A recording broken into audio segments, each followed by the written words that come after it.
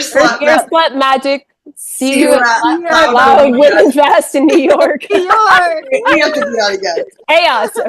Okay. Loki's here too. He's meowing. Oh. He's here. He won't let me pick him up, so. Oh wow, your cat's really talkative. Loki! Yeah. Yeah, he's here too. He wants another breakfast. Emma, why don't you feed him? I know, What the I fuck? never feed these What guys. the fuck? Yeah. Never. Right. So it's nice to meet you guys. Can you introduce the band and like tell me a bit about your music? We are Slut Magic, and our music is, I don't know. This is the hardest thing to answer. Wait. Standard words. Do we call it glitter-punx? We've called it glitter-punx. Yeah. We've called it, I don't know. We've been called like dark wave, post-punk, punk. I don't know. So it's Girl grunge. There's a girl. there's a Western in there. You know, There's some outlaw. a little bit of everything. Yeah. There's some experimental hip hop. Yeah. Like Spotify has classified us as experimental hip hop a couple times. What? Well, we released like 3 hip hop tracks, so This is true. Okay. with like friends, yeah. So I don't know. It's a little bit all over the place, but it's. I think like at its core, it's like we sort of go back and forth between like really kind of like vulnerable, kind of like exposing our inner selves sort of lyrics to like just sort of just screaming about the state of the world, and Fair enough. What are some like inspirations you take from your music, like lyric wise or music wise? Okay, I'll start, and because I write the lyrics, so lyrically, most of it is just like life experience, just like literally just like things that I've gone through or things that I see friends going through, or just my like experiences in the world, or stories from other people. Yes, Loki. And like sometimes I will throw in like little quotes here and there from like other things, other artists. But it's mostly like, like very direct sort of like inner stuff. And yeah, and just trying to like exist in this really, really strange world that we live in. But what about you guys, Jen and Shannon? Let's see. Musically, so that's the lyrics. I would say we kind of go with like some of the classic punk genre stuff. There's a little bit of everything. There's some blast beats. But I would say primarily when we're writing stuff, because we kind of, Emma brings in lyrics, and we'll sort of flesh out a song together.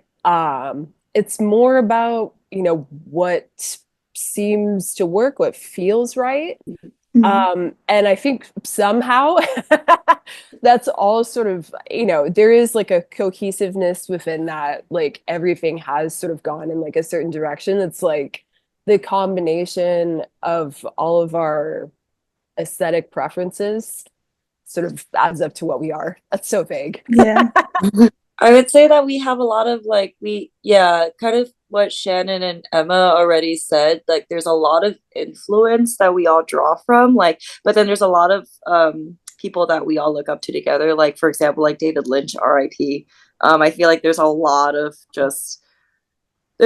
like nods to him as an artist, and just as like we're just constantly inspired to be as weird as we can, and to be as like to see the filth in where we live, as well as kind of like the fun of where we live. And I think where I come in as a bass player is definitely like tying in like Emma's inspiration for lyricism that's drawn like from a very personal level to like the state of the art of our world. And then like Shannon is really like the one bringing both Shannon's the one who like pretty much comes up with like different like rhythmic changes to kind of like inspire the lyrics.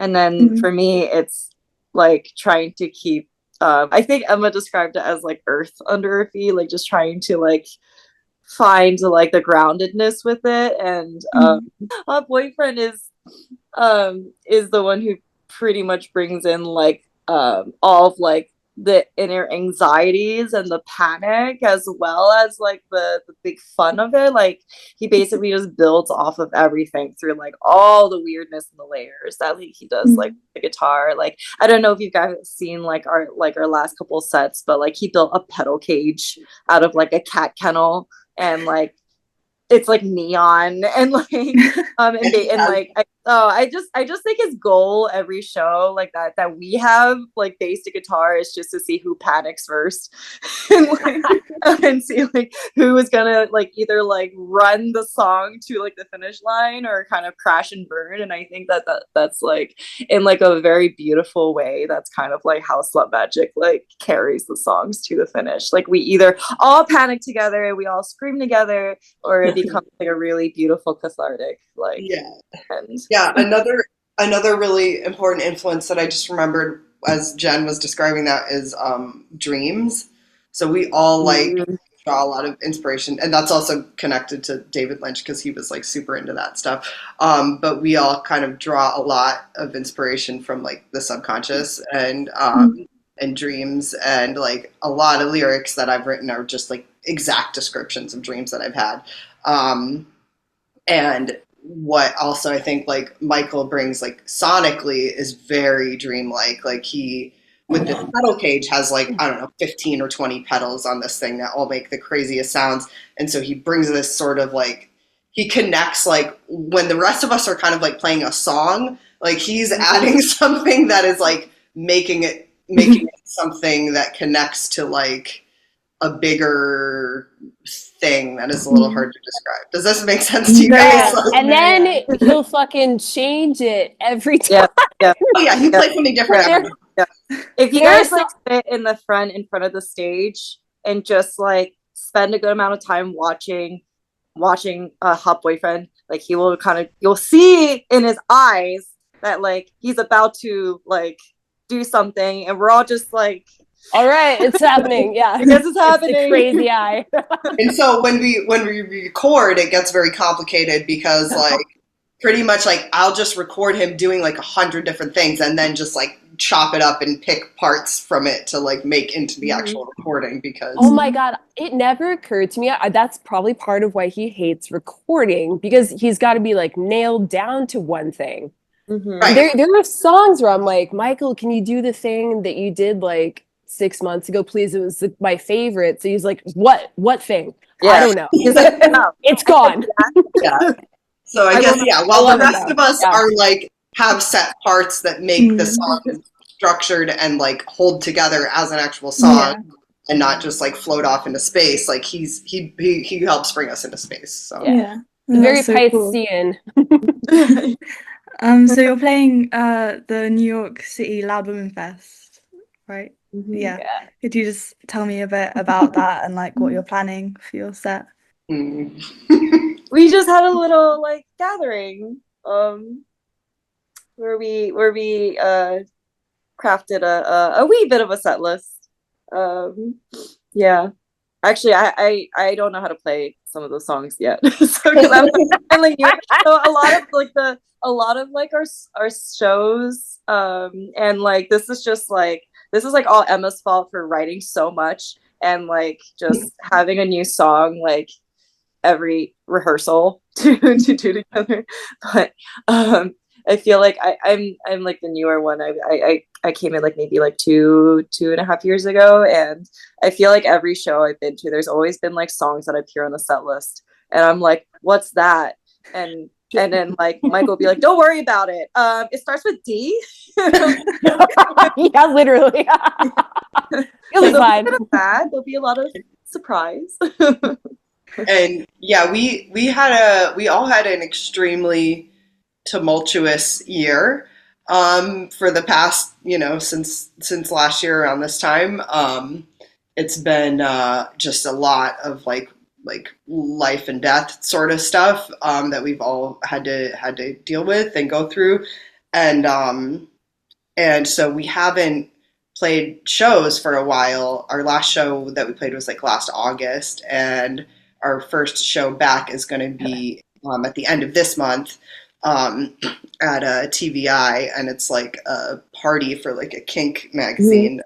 So it's going to be really cool. So we're sort of like we're starting there, and then Loud Women is our next show after that one. So we have a little bit of time to like kind of figure out like what we want to bring, what we want to play, and like you know, I get the feeling we'll probably choose some of our harder stuff, some of our more like, you know, crazy, screamy. There's just like so much to scream about right now. So I feel like it's gonna be a lot of screaming. Have you played a lot in London? I only played a couple shows in London. And it's been a long time. It was like pre-COVID. So 2018, 17? 18. 18. Wow. That was when you joined, right, Shannon? Yeah. I mean, that's when you became Slut Magic, really. I think that was the ad part of the advertisement. It was like, do you want to go to the UK and scream into a megaphone? I mean, what's like the New York scene like? The New York scene is like, I don't know, it's pretty cool. I feel like Jen knows more about it than I do because Jen plays in a lot of bands and knows yeah, I don't know. What do you think about the New York scene? I think it's definitely coming, like, it's definitely brewing again. I think like pre-COVID, it was much different than it is now. I think like COVID has had people kind of like be really nostalgic about like the 80s era and like the 80s 90s, the CBGB kind of stuff that happened before that kind of like dissipated in later years. So like I'm seeing like a really big surgence in like the punk scene of New York. I'm seeing a lot of like really fun experimental stuff going on now. That's really cool. I'm seeing a lot of new genres that I'm wondering if it's gonna like hit mainstream soon, which is like really exciting. I'm seeing a lot more communities like forming, and I think that community has always been like something that's, I don't know if London is the same way, being another big city, but like at least in New York, like it's we always say that there's every single kind of genre and every single kind of community here, but like no one kind of talks to each other, and it's like, but I feel like since COVID, everybody's been longing to like kind of like connect and to explore new things. So now there's like a lot of like amazing like cool things happening right now, and yeah. So like Lower Manhattan is buzzing again in the past like year or so. For sure, Brooklyn is like kind of the place to be now. Like Bushwick and East Williamsburg area. Like they always go like, oh, like Bushwick, oh, but like it's true. Like it's really like that's where a lot of like warehouse house shows are now. That's like where a lot of like secret venues are now. Like it's a pretty exciting time. Yeah, I feel like 99% of our shows are in Bushwick. Yeah. Like all the shows we played last year, I think. Yeah, we like all like, there's like chances are there's at least like one or two other bands that you already knew before you even realize you're playing with them. And like you're like, oh, we played together like 6 years ago. How's it going? Or something. It's really cute. What are some of your favorite parts of performing live and like writing your own music? I mean, for me, like I have always been a performer. I love being on stage. I love like just like that engagement with the audience. It's just like there's nothing like it. And we're very much a fashion band also. We're as much into our look as we are our music, I would say. Oh yeah, there's a whole discussion before every show. It's like, all right, what are we wearing? What are we wearing? Paragraphs, yeah. Yeah, it's very like it's a very big part of our performance is our look, and like seeing people put effort into like their presence as well as the music is really, I think, is so fun for the audience. So I love the outfits. I love engaging with the audience. I love that, like, just when you see people like reacting, when you see their faces and you can see like that you're connecting with their something inside of them that they maybe didn't know was there or hadn't connected with in a long time. And I think our most common like feedback that we get after a show is that was so much fun. That's really why we're doing this, and to bring some expression. We have a song called Shut the Fuck Up, and I feel like that is the one that people will scream along with and like sing along with, and afterward just be like, oh, I relate to that so hard. And, like there was something else I was gonna say. I don't know, someone else go. But yeah, the outfits, there's like a whole thing with getting into it's not a costume, but it sort of feels that way. So you're like entering the character and it's like, all right, this is Slut Magic. I'm gonna get it. I love performing as well. Getting on stage and being a little rowdy, which is easy for a drummer. I try not to take it too far. Sometimes I have. It's like, oh, less cymbals. Okay. So it's a really fun element to sort of like get into that visually and then just cut loose. I think for a while we had people who were dressing up for Slut Magic shows, and there's like sort of like a vibe, so they'd have like all their jewelry on and glitter, like fishnets. Yep. I think like just the same too. I've just been performing all my life, so but like particularly in like Slut Magic, also like kind of like what Shannon says, it's like you're putting on a different like persona, and then you're going on stage and then like you're being something else, and I think that that's something that like I don't get outside of like Slut Magic. And I would say that whenever Shannon feels like she's holding back, that's when I come in and I like knock off her cymbals by accident. Yeah, Jen has released her inner beast. Like, I Slut Magic. Yeah, we birthed it. Jen, we did. Yeah. Jen's like chained on stage has been so much fun to witness. Like, she just goes absolutely nuts now, and like she's like a violinist first and a bassist second, and so like seeing this like bassist Jen just be like just go so hard, it's like and go crazy, and like you steal the show. I feel like. Jen's the craziest one. She's the craziest one now. Yeah. I mean, it doesn't help like the crowd like engages. So I was like, I guess I'll have to like make it. No, totally. I'm at a point now where sometimes I'm like, oh shit, what is she gonna do? Like I'm a little scared. I'm a little scared. Yeah.